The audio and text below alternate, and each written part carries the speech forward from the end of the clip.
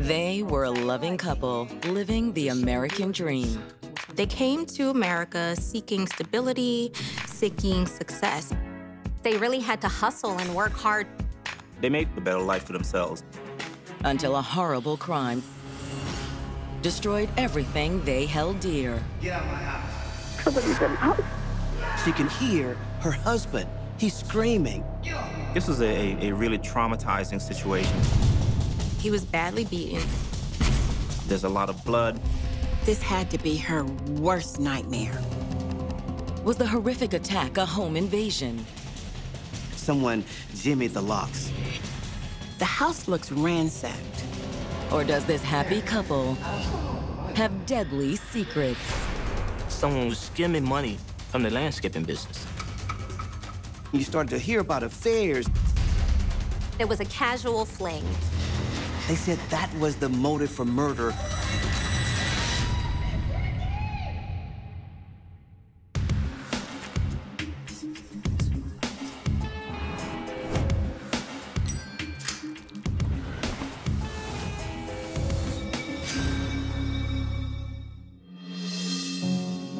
December 29th, 2009. It's the dead of night in Lithonia, Georgia, a peaceful community 30 miles east of Atlanta. Lithonia is a small country town turned bedroom community. It's a quiet place where people come to buy a home and get away from the city.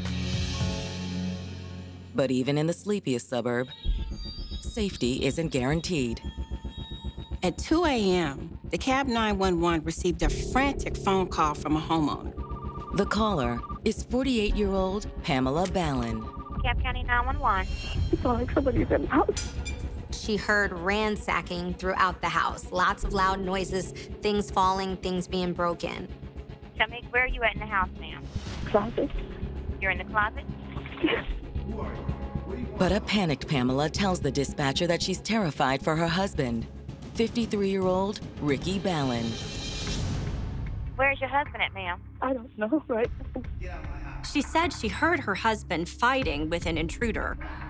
Somebody was hitting on him. She also hears him say, "Gun, get a gun, get a gun."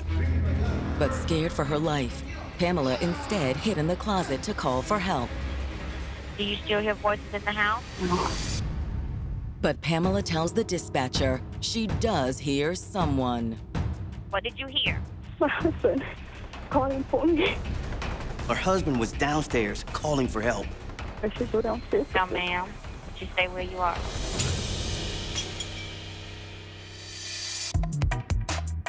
Originally from the island of Jamaica, Pamela and Ricky Ballin came to America in 1984. They'd just gotten married and were excited to start a family together. They decided it would be best to migrate to America. Like a lot of immigrants, Pamela and Ricky had to hustle to establish themselves. They settled in Lithonia, a quiet suburb of Atlanta, which seemed like the perfect place to raise a family. Pamela was able to find a job as a travel agent. And then Ricky, he was basically taking any job that he could get his hands on. It was a constant scramble to make ends meet. But the couple was determined to build a better life for themselves and their children. Derek Jr. had been born shortly after the family arrived in the States. Ricky also had an older son named David from a previous relationship.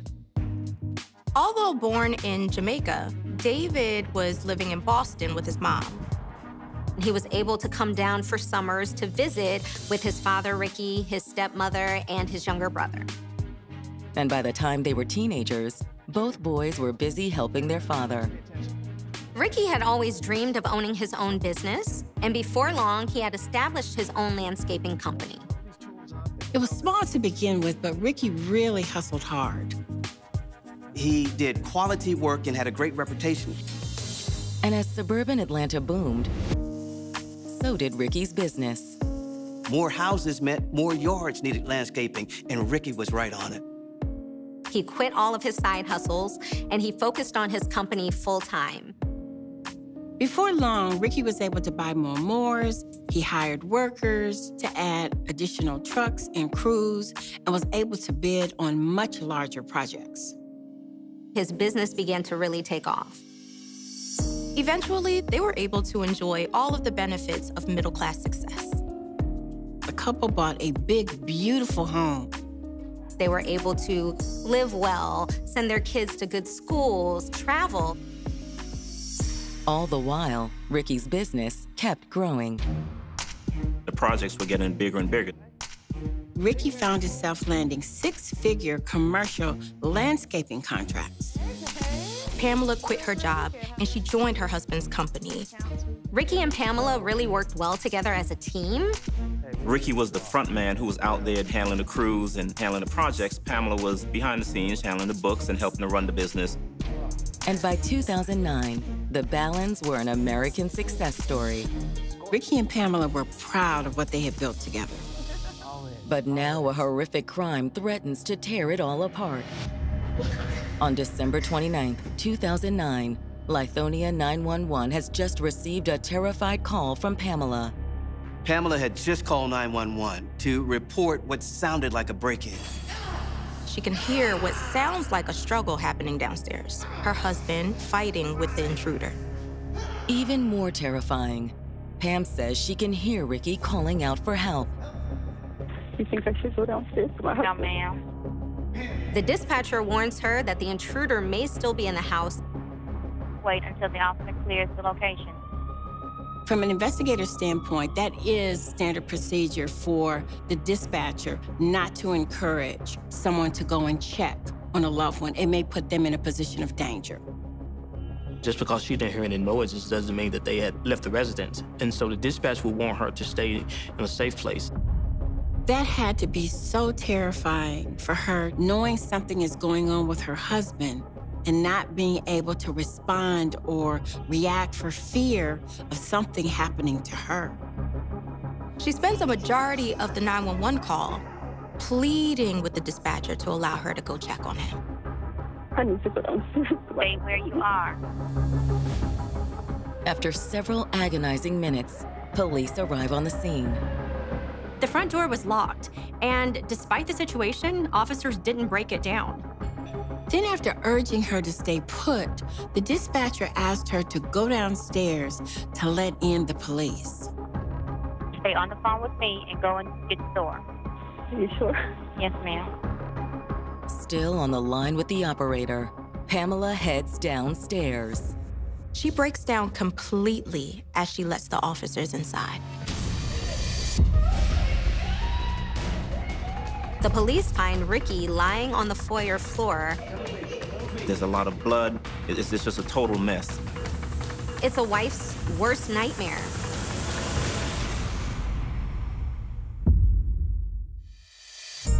With a successful landscaping business and a beautiful suburban home, immigrants Ricky and Pamela Ballin were an American success story. By the end of 2009, Ricky and Pamela were really proud of what they had accomplished. It wasn't easy. It required a lot of hard work, but they had built a life here in America. Only now their American dream has turned into a nightmare. Pamela just called 911 to report what sounds like a burglary in progress. She believed Ricky had tried to fight off the intruder. As she went downstairs to let the officers in, she saw her husband's bloody body lying next to the front door. Ricky's badly beaten, and he's bleeding profusely from the head. Imagine going downstairs and seeing your husband almost near to death. Once Pamela's safely outside, officers sweep the house for the intruder. The intruder apparently left the scene, but the house is ransacked. Once the house was cleared, EMTs transport Ricky to the hospital. Ricky was in really bad shape. He was non-communicative. He is clinging to life. As they load him into the ambulance, Pamela tries to climb on board, too. Pamela was insistent that she get inside. But detectives arrived on the scene, and they asked Pamela to wait to give them a statement. Look, ma'am, I know you want to go be with your husband, but we really need to... She was on the scene when the break-in occurred, so unless Ricky survives, she's their best witness. I'll do what I can, but I really didn't see anything. They asked her a lot of questions. She was cooperative. According to Pamela, the night started off unexceptionally. She said she had gotten home from the gym. Ricky was sitting in his favorite chair, surfing the internet. You coming up to bed? I'll be up in a minute. Okay, I'm gonna go get that shower. Pam said Ricky was still in his chair when she went upstairs. She went to shower and she went to bed. But Pamela says she woke up around 2 a.m. She didn't know why she'd woken up, but when she did, Ricky wasn't in bed. That was not unusual for him, because he kept real late hours. He liked to watch TV. Once awake, Pamela says she'd gotten up and gone to the bathroom. She's in there for a while when she starts hearing sounds. What kind of sounds? It sounded like something moving around downstairs. Someone other than Ricky. She says she heard Ricky say to someone, "Who are you? What are you doing here?" That made her believe that there was an intruder in the house. And according to Pamela, what Ricky said next erased any doubt. She says she heard Ricky yell up to her to go get the gun. Ricky wanted me to get the gun. He keeps it in the nightstand by the bed. But you didn't get it? No, I was too afraid. She cheerfully admitted that she should have gotten the gun, but she was too afraid. She instead locked herself in the bedroom. Pamela is looking at how she could have intervened, how she could have assisted her husband. And that guilt is a lot to bear. But when your psyche senses imminent danger, your fear response can cause paralysis. Pam's fight or flight response was activated, and right now, she was taking flight. Her husband didn't have that choice. Pamela says that as she huddled in the bathroom, Ricky had apparently tried to fight off the intruder. Pam said that that's when she heard the crashing and the banging downstairs like there was some kind of struggle. She said she wasn't entirely sure how long she had stayed hidden in the bathroom. It could have been 2 minutes, it could have been 10 minutes. She was too terrified to note. I was too afraid, thinking they were gonna come up there and find me. They? So there was more than one intruder? I don't know, maybe? She says that she heard ransacking throughout the house. Lots of loud noises, things falling, things being broken. Until, according to Pamela, the noises suddenly stopped.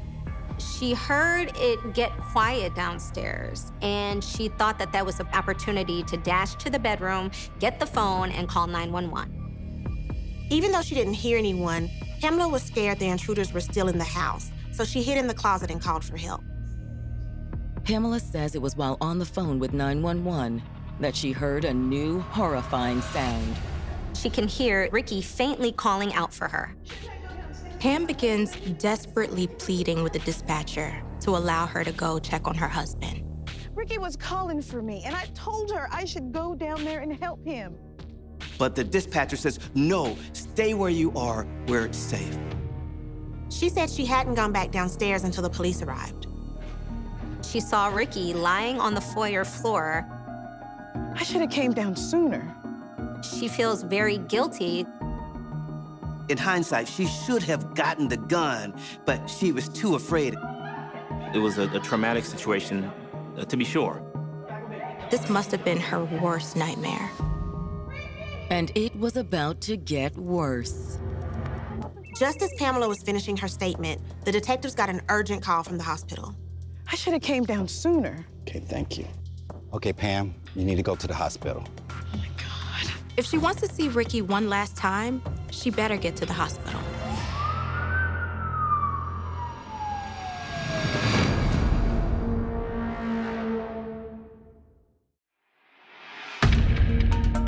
While talking to detectives about the apparent home invasion and vicious assault on her husband, Ricky, Pamela Ballin has just received horrific news. Pam learns that if she wants to see Ricky one last time, she has to get to the hospital immediately. A neighbor drives the distraught Pamela to Atlanta's Grady Memorial Hospital. Grady is the premier trauma center in the region. Grady has a reputation for saving people. But there's nothing they can do for Ricky.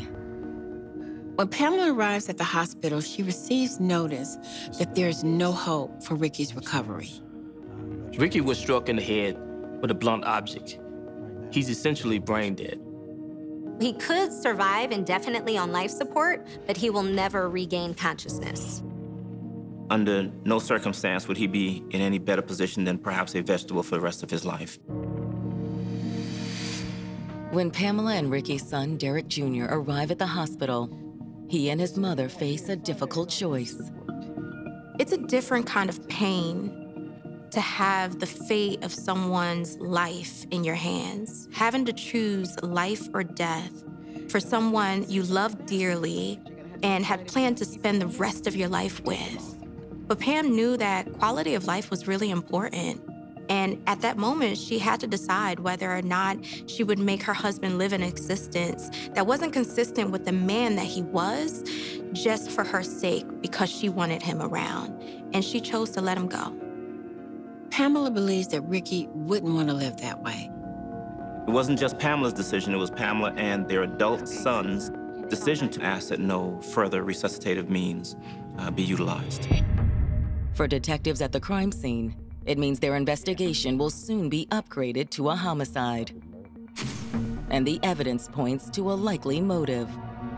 Based on the scene, police were thinking that this started out as a robbery. The house was ransacked. There was furniture everywhere, drawers poured out. Pictures hanging off the wall, broken glass pieces on the floor. The Christmas tree was turned over. They also found blood spatter all throughout the first floor, so it looks like there was a knockdown, drag-out struggle. In the foyer, near where the killer left Ricky for dead, detectives also find what they believe to be the murder weapon. Not far from the foyer, there was a decorative statue that was smeared with blood, and it appeared heavy enough and solid enough to have caused Ricky's injuries. Finally, at the back of the house, detectives find where the intruders apparently made entry. They find pry marks on the back door. The intruder apparently jimmied the lock. It appeared the person had planned to slip in and out quietly while everyone was asleep. They didn't expect anyone to be downstairs. Based on all the signs, his death appears to be the result of a burglary gone wrong. But if that's the case, it raises another question for detectives. In cases like home invasions, the one question a detective would ask is, why this house? Why these victims? Out of all the houses in the neighborhood, what made them pick this house out? Detectives suspect the fact that the Ballins were immigrants may have been a factor. Check this out. Immigrants have the tendency to not bank, so they have the tendency to keep their money in their homes. That could be something that an assailant could possibly be considering. So, because of Ricky and Pamela's success, they could have easily become targets. Except there's one thing that doesn't add up. Nothing appears to be missing. The TV, the jewelry, the cash, the valuables, they were still there in plain sight. Which naturally raises questions for detectives. Had the killer or the thieves lost their nerve? Or had the crime scene been staged to look like a robbery to cover Ricky's murder? Looking for answers, police canvass the area and speak with the Ballins' neighbors. The neighbors are obviously upset and scared because things like this don't happen in this type of neighborhood. Did you see or hear? Lithonia, the crime rate is considerably low comparing to Atlanta, Fulton County, or Gwinnett County. This was a peaceful community, and to hear that there was a home invasion and a murder, that left a lot of people feeling uneasy. A lot of folks said they wanted to get alarms or get weapons. They didn't feel safe until that killer was caught. Neighbors were especially horrified that something like this had happened to the Ballins. Everyone the detective spoke with said that Pamela and Ricky were nice neighbors and a great couple. People knew them as hardworking people. They were nice people and were very shocked that this happened. Neighbors have no idea who would want to hurt Ricky. Ricky's well-known in the community, well-respected. He wasn't a law-breaking type of guy. They don't have any motives or any leads as to who the intruder might have been. Nor had anyone witnessed anything suspicious in the neighborhood that night. No one has heard anything. No one saw anything. although one neighbor says she did observe something odd recently. One neighbor said that she noticed a strange vehicle, a black SUV, parked across from the Ballins' home on several occasions. She said it was almost as if someone was watching the Ballins' house. The detectives wondered if Ricky was having trouble with someone that the neighbors might not have known about. Could he have been in debt to someone? Was he dealing with a disgruntled employee? Or really, it could be anyone. As the sun rises and detectives head back to the station, it isn't long before they get the news they'd been anticipating. At about 10 a.m. that morning, Ricky dies. With the clock ticking now to find Ricky's murderer, investigators waste no time inviting Pamela down to the station to give a formal statement. Thank you for coming in. I know this is a difficult time for you. Pamela was still very upset, and she seemed shocked that anyone would want to break in their home and harm Ricky. I thought this was just a burglary. Well, that's what we're trying to find out. Pamela told detectives that as far as she knew, Ricky didn't have any enemies. Was he having any problems with the business? No. However, there's one other possibility that detectives will need to rule out.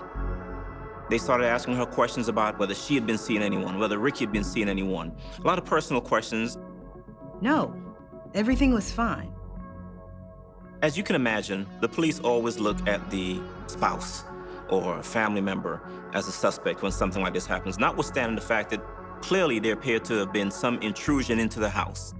Obviously, any police officer or any detective would look to see whether or not an extramarital affair might have had something to do with someone's demise. And she answered all of those questions. Pamela also says she has no idea who might be in the black SUV a neighbor spotted lurking around the house in the days leading up to the murder.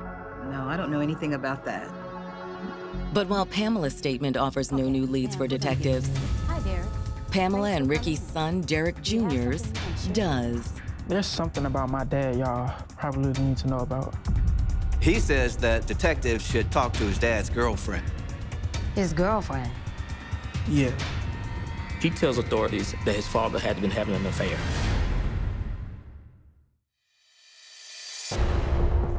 Pamela and Ricky Ballin's son, Derek Jr., has just revealed to detectives that his father may have been having an affair at the time of his death.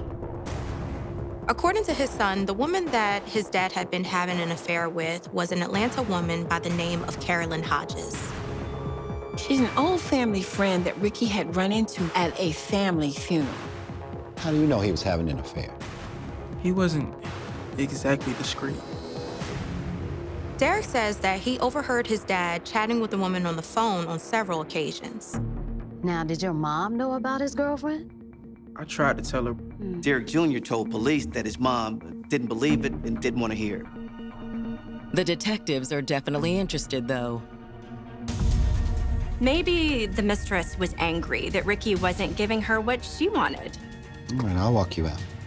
Attempting to confirm whether Ricky was truly having an affair, investigators pull his phone records.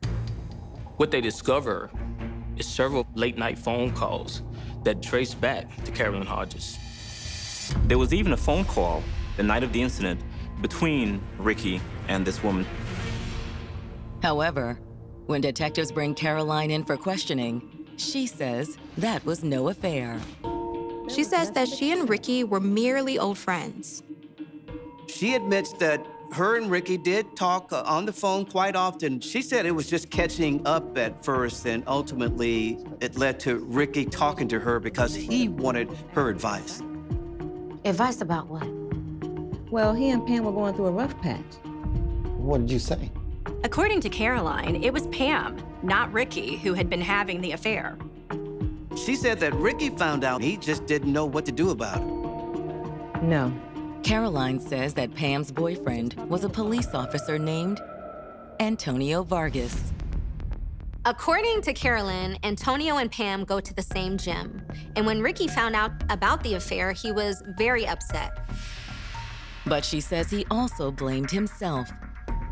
He had been so focused on his business and working long hours. I told him talk to Pam about it. Well, did he follow your advice? Yes. Ricky had confronted Pam about the affair, and she had broken things off with Vargas. Her and Ricky had reconciled, and were gonna do their best to make the most of it. If Caroline's telling the truth, detectives see a few possibilities. Vargas was angry about the breakup. Did he possibly seek revenge by killing Ricky? Or maybe Pam hadn't really ended things with Vargas. Maybe they were plotting together to remove Ricky from the pictures so that they could be together. Or could the most likely scenario be that Caroline was pointing the finger at Pam to throw detectives off her track? Maybe she wanted to be more than friends with Ricky and gotten angry when he rejected her. However, a quick check of Caroline's phone records rules her out as a suspect. According to her cell phone records, she had called Ricky from her sister's house in North Carolina. There's no way that she could have committed the crime. What's more, it appears there may be something to Caroline's story about Antonio Vargas. They determined that he owned an SUV that was similar to the SUV that neighbors reported that was lurking in the neighborhood. Was it possible that Vargas had been scoping out the scene?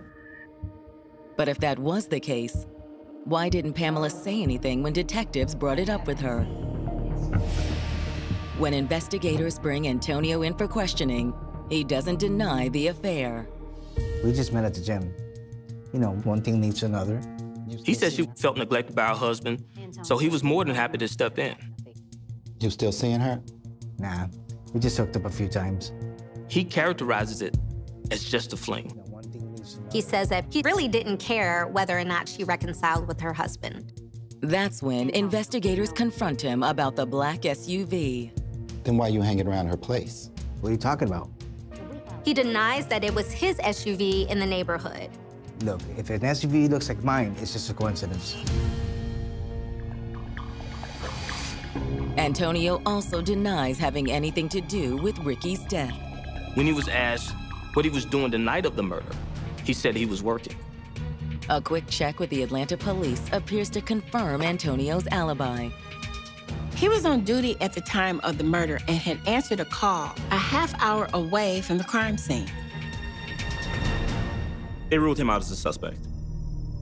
It looks as if the investigation is at a dead end.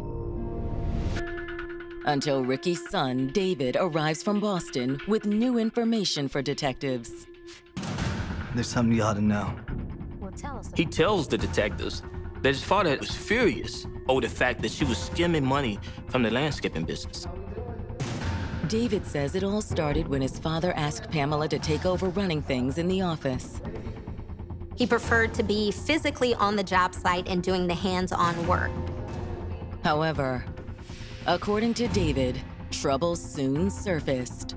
When he did check the books, he noticed what he thought were some irregularities. You talked to her about it? Yeah. David stated his stepmom assured Ricky that it was no big deal. She just had different ways of doing things than what he was used to.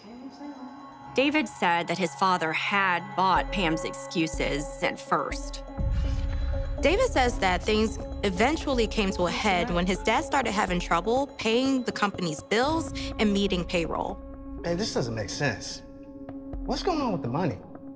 Ricky, I've told you where the money is going. I can't even pay the employees.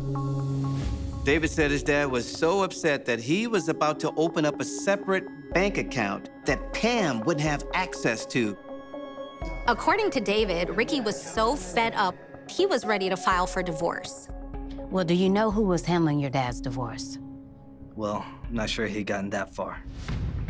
Ricky had not filed for divorce or actually reached out to an attorney. The detectives only had David's word for it. But when police start digging deeper into the Ballins' marriage, they discover that Pamela may have had a bigger motive than anyone imagined. There was a life insurance policy with Pamela as the beneficiary. Shortly before his murder, Ricky had drastically increased his life insurance coverage. Pamela stood to gain more than $1 million from her husband's death.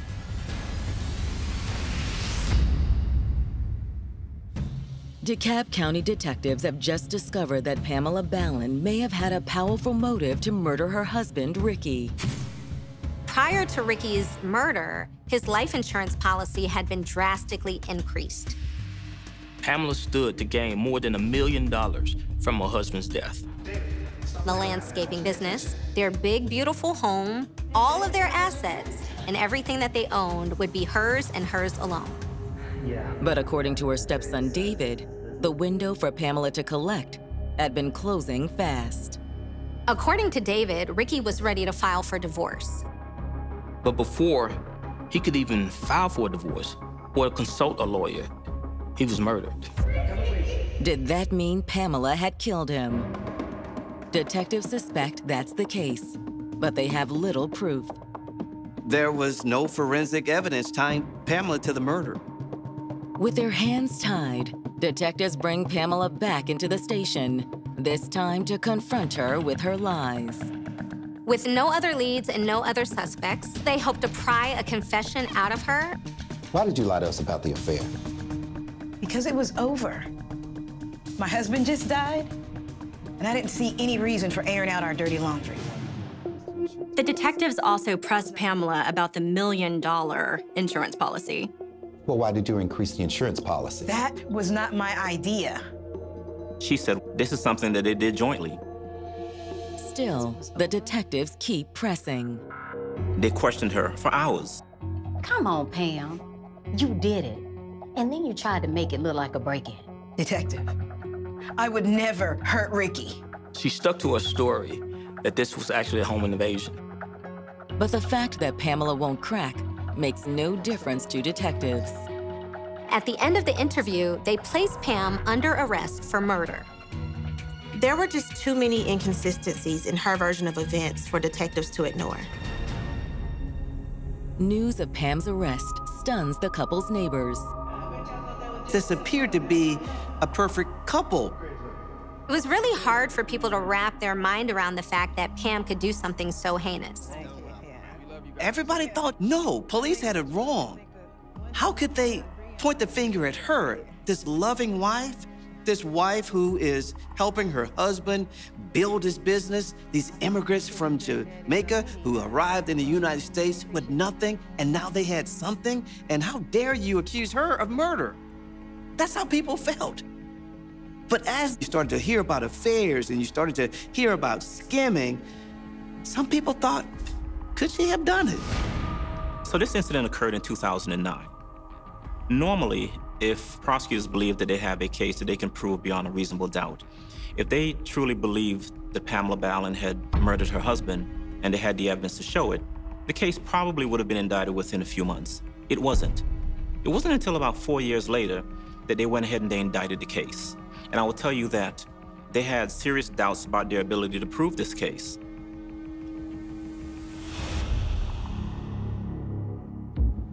When the case goes to trial in June of 2014, the prosecutors begin by arguing that Pamela was the only person with a clear motive to kill her husband. A pending divorce, a life insurance policy of more than $1 million. They said that was the motive for murder. They maintained that Pamela Ballin was a woman who was looking to get out of a marriage that she was no longer happy in. The fact that she had an affair, and that she would get the spoils of the business if her husband was no longer around. So, according to the prosecutors, Pamela had killed her husband in cold blood. Prosecutors alleged that Ricky was asleep in his recliner on the first floor of the couple's home. Pam crept up as he slept. She was armed with a statue she'd grabbed off a nearby table. There was no struggle. Ricky was incapacitated after the first blow.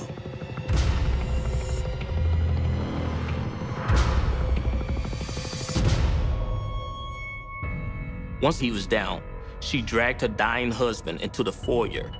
Then, as her husband lay dying in the foyer, Pamela faked a home invasion. They were painting a good picture for the jury that this was a scene that appeared to be staged.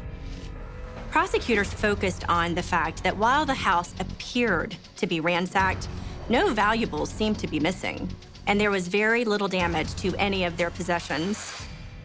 The Christmas tree was turned over, was laying on its side, and they said, Well, the bulb didn't come off of the tree, and so someone had to place the tree on the ground as opposed to it being knocked over in a struggle.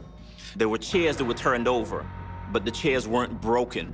And so someone must have simply turned them over and placed them there to make it look as though there was a struggle, because the chairs obviously would have been broken if there was a true violent struggle going on. The stage set. Prosecutors claim that Pamela had cleaned herself and then placed a carefully rehearsed call to 911. She proceeded to give the performance of a lifetime. According to the prosecutors, the fact that Pamela was even able to call 911 also indicates that there were no intruders that night. From a detective's standpoint, one of the problems with Pamela's statement that eventually made her a suspect, why didn't the intruders rush upstairs and grab her and tie her up? Because if I'm in a home invasion and I'm robbing someone, I'm not gonna allow a person I know to be in the house to roam about the house. You may have a gun and come down to shoot me. So I'm gonna be more aware of who's in the house, and I need to kind of like secure that person. When it's the defense's turn, Pamela's attorney claims that the prosecution's case is pure speculation. Prosecution's theory sounded good, but they had no real proof. She had no blood on her. There were no clothing anywhere in the house that indicated that she had blood on clothing and had disposed of them. There was nothing washed down the drain, none of that. And so when you look at the violence that had to have been visited upon Ricky, it seems absolutely improbable that she could have been the one responsible for the injuries caused to that man. Pamela was tiny. Listen, she was 5'1", all right? She was very slight of frame, is the best way I can put it. You know, Ricky outweighed her by easily 100 pounds. Plus, if Pamela had been out to kill Ricky, why hadn't she finished the job? It doesn't seem logical that you would leave that person alive to possibly tell the police when the police get there, hey, I've just been bludgeoned by my wife. The defense also insists that rather than being in tatters, Pamela and Ricky's marriage was actually on the mend. They remind the jury that the affair had ended and that her and Ricky were reconciling at the time. There was simply no evidence to indicate that these two individuals were at the cusp of a divorce, and certainly no divorce that was pending at the time, and no evidence to support that assertion other than some hearsay. What you working on, baby? The defense also pushes back on the notion that Pamela was after Ricky's money. They called an accountant to the stand, and he said he viewed the books, and he found no evidence that Pam had been skimming money from the company. Pamela wasn't taking any money from the business wasn't losing any money. There was simply nothing to support that assertion. And that's all it was an assertion. You know, there were statements given by folks who thought that this was the reason that Pamela and Ricky were not getting along, and there simply wasn't any evidence to support it. And the books, the paperwork, and the testimony of the accountant himself disproved that. Most of all, according to the defense, the prosecution's entire theory was based on a false assumption. The most devastating blow to the prosecutor's case is when the defense brought the insurance agent to the stand. The insurance agent testified that he was the person who had actually suggested that the policy be increased. They could have gotten more coverage under a different policy, and it made sense to him, and it ultimately made sense to Pamela and to Ricky, who agreed to have the policy increased. So this theory that this was a murder for insurance money just didn't really hold any water. In fact, the defense is so confident that they destroy the prosecution's arguments that they ask the judge to dismiss the case. It's called a directed verdict of acquittal. In a shocking blow to the prosecution, the judge decides to consider it. He said, I'm going to take it under advisement. But not before he hears the jury's verdict first. He wanted the case to go to the jury. After the jury made their decision, the judge would decide whether to accept the verdict or throw it out.